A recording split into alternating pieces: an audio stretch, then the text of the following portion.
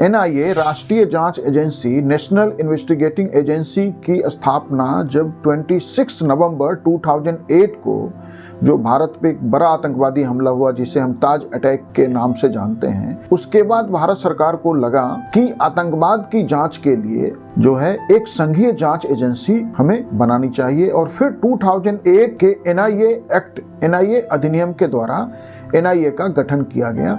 और आप कह सकते हैं कि इस तरह से भारत में आज दो संघीय जांच एजेंसी है, एक सीबीआई जो भ्रष्टाचार, आर्थिक अपराध एवं अन्य गंभीर अपराधों की जांच के लिए काम कर रही है, और एक दूसरी जांच एजेंसी अब एनआईए भी है जो संघीय जांच एजेंसी के रूप में जो मुख्यतः आतंकवाद, आतंकवादी फंडिंग और जो है उसे संबंधित अपराध, जाली नोटों आदि के संदर्भ में जांच के लिए। तो आतंकवाद एवं संबंधित अपराधों के लिए आज संघीय जांच एजेंसी एनआईए है और आर्थिक अपराध एवं अन्य उस संबंधित अपराधों के लिए सीबीआई। तो भारत सरकार के पास आज दो संघीय जांच एजेंसी है। हम आइए एनआईए पे बात करते हैं। तो देखिए, एनआईए उन अपराधों की जांच कर सकती है, मुकदमा चला सकती है जो अपराध भारत की संप्रभुता, सुरक्षा और अखंडता को खतरा उत्पन्न करने वाले हों।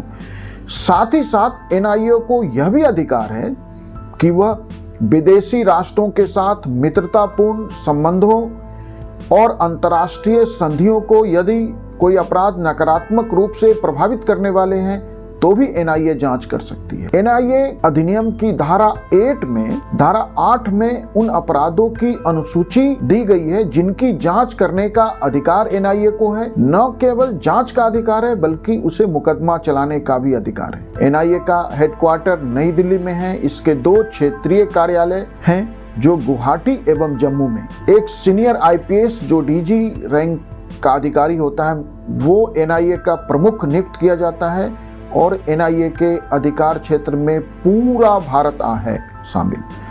न केवल भारत बल्कि एनआईए के अधिकार क्षेत्र में भारत के बाहर रहने वाले भारतीय नागरिक भी एनआईए के जांच के दायरे में आते हैं। साथ ही साथ भारत सरकार की सेवा में कार्यरत कोई भी व्यक्ति, चाहे वो कहीं भी हो, वो भी एनआईए की जांच के दायरे में आएंगे। भारत में पंजीकृत जहाजों और विमान में सवार व्यक्ति, चाहे वो कहीं भी हो, एनआईए की जांच के दायरे में है।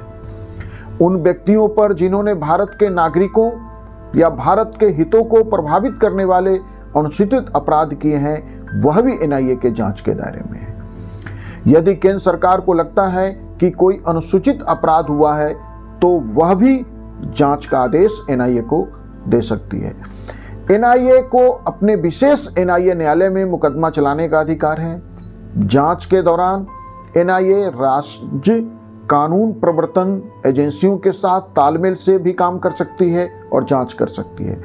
एनआईए एक ऐसी संघीय जांच एजेंसी है जिससे एक्स्ट्रा टेरिटोरियल, राज्य क्षेत्रातीत जांच का अधिकार है अंतर्राष्ट्रीय सहयोग समझौते के अधीन।